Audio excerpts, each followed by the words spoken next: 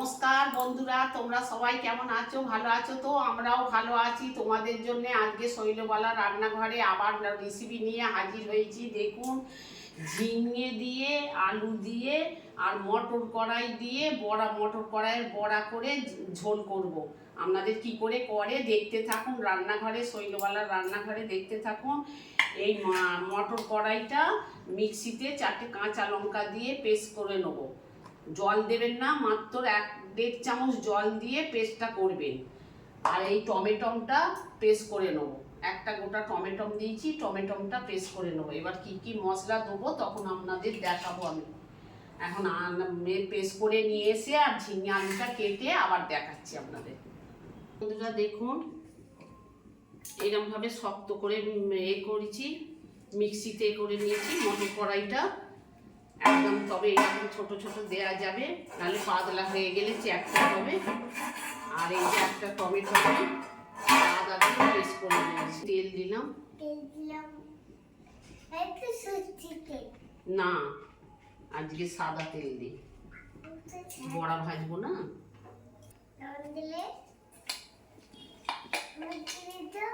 মটর কড়াইটা রাত্রিরে ভিজিয়ে রাখবেন।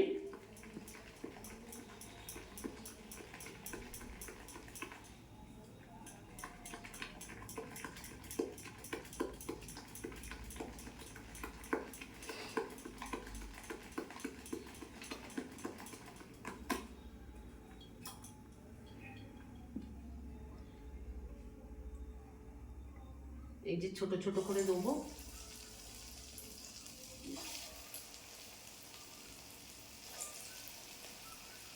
মটর কড়াইয়ে বড়ার ঝোল, ঝিঙে দিয়ে, আলু দিয়ে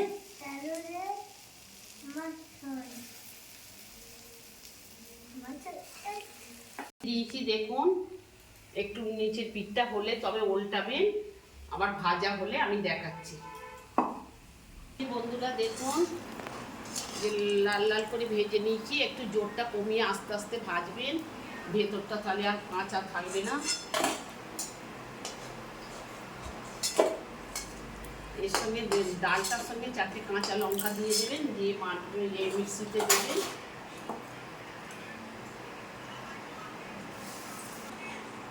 এই যে বন্ধুরা, বড়াগুলো ভেজে তুলে নিয়েছি। এই যে আলুটা এবার দেবো।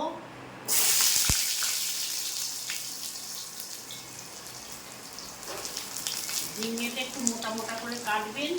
ঝিঙেটা আলুর সঙ্গে দেবেন না, আলুটা একটু ভাজা হয়ে যাবে। একটুখানি নুন দিলাম,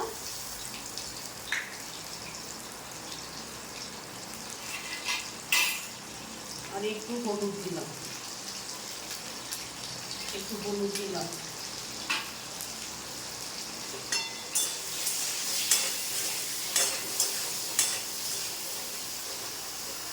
কমিয়ে আঁচ ধরিয়ে এই জোরটা কমিয়ে দিয়ে চাপা দিয়ে ভাজবার। একটা বড়ার মতো রেখে দিয়েছি। এই যে টমেটোমের পেস্টটা করেছিলাম, এই টমেটোমের পেস্ট আর ডালের একটা বড়া রেখে দিয়েছি। এর সঙ্গে একসঙ্গে পাইল করে নেবো। এই যে লঙ্কা গুঁড়ো দিলাম, এই যে 1 চামচ লঙ্কা গুঁড়ো দিলাম, আর এই যে জিরে গুঁড়ো দিলাম, আর এই যে মৌরি গুঁড়ো দিয়েছি, ধনে দিইনি, মৌরি গুঁড়ো দিয়েছি। আর এই হলুদটা দিলাম, হলুদ দিয়ে এইটাকে পেস্ট করে ডালটার সাথে একসঙ্গে মাখিয়ে, আর যখন মশলাটা কষবো তখন দেবো। মাখিয়ে রেখে দিলাম। এই যে একটা বড়া রেখে দেবেন, তবে ঝোলটা ঘন ঘন হবে। হইল। এই দেখুন বন্ধুরা, চাপা দিয়ে আস্তে আস্তে ভাজা দিলাম। এবার আঁচটা জোরে দিয়ে দেবেন, দিয়ে ঝিঙেটা দেবেন, নালে ঝিঙে দিয়ে জল বেরিয়ে যাবে।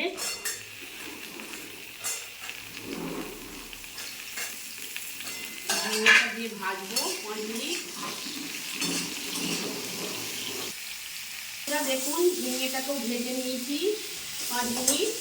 আর এইটা একটা ডালের বড়া রেখে দিয়েছিলাম, একটা টমেটোমের পেস্ট করে নিয়েছি, আর জিরে গুঁড়ো আর মৌরি গুঁড়ো, হলদি গুঁড়ো, লঙ্কা গুঁড়ো সব দিয়ে একসঙ্গে পেস্ট করে ঘেটে এই মশলাটাকে কষে নেবো।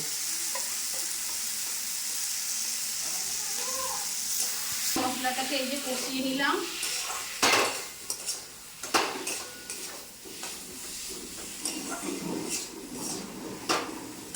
এই যে জল গরম করে রেখেছিলাম, এই যে জল গরম দিলাম, তাড়াতাড়ি ফুটে যাবে।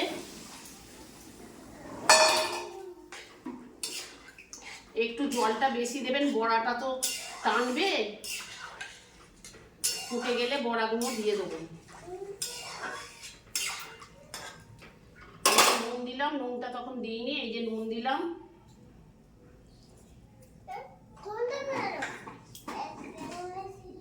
দিয়ে একবার চাপা দেবো, জোর ফুটে গেলে বড়াগুলো দিয়ে দেবো। এই যে বড়াগুলো এবার সব দিয়ে দেবো। নিরামিষ একদম, ওনারা গরম ভাতে এই দিয়েই ভাত খাওয়া হয়ে যাবে। যে 5 মিনিট ফুটিয়ে নেবো, চাপা দিয়ে একটু জোরটা কমিয়ে দেবো, দিয়ে 5 মিনিট ফুটিয়ে নেবো। যে 5 মিনিট ফুটিয়ে নিয়েছি। আলু তো এমনি ভাজতে ভাজতেই সেদ্ধ হয়ে গিয়েছিল, দেখুন সব গলে গেছে। এই যে ঢালবো, তেজপাতা দিলাম,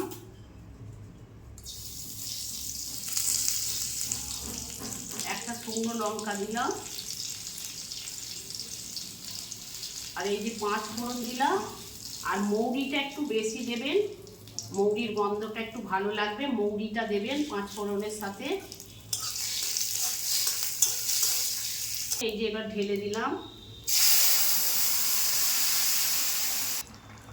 এই যে বন্ধুরা দেখুন হয়ে গেছে। লাস্টে 5 ফোড়নটা দিলাম।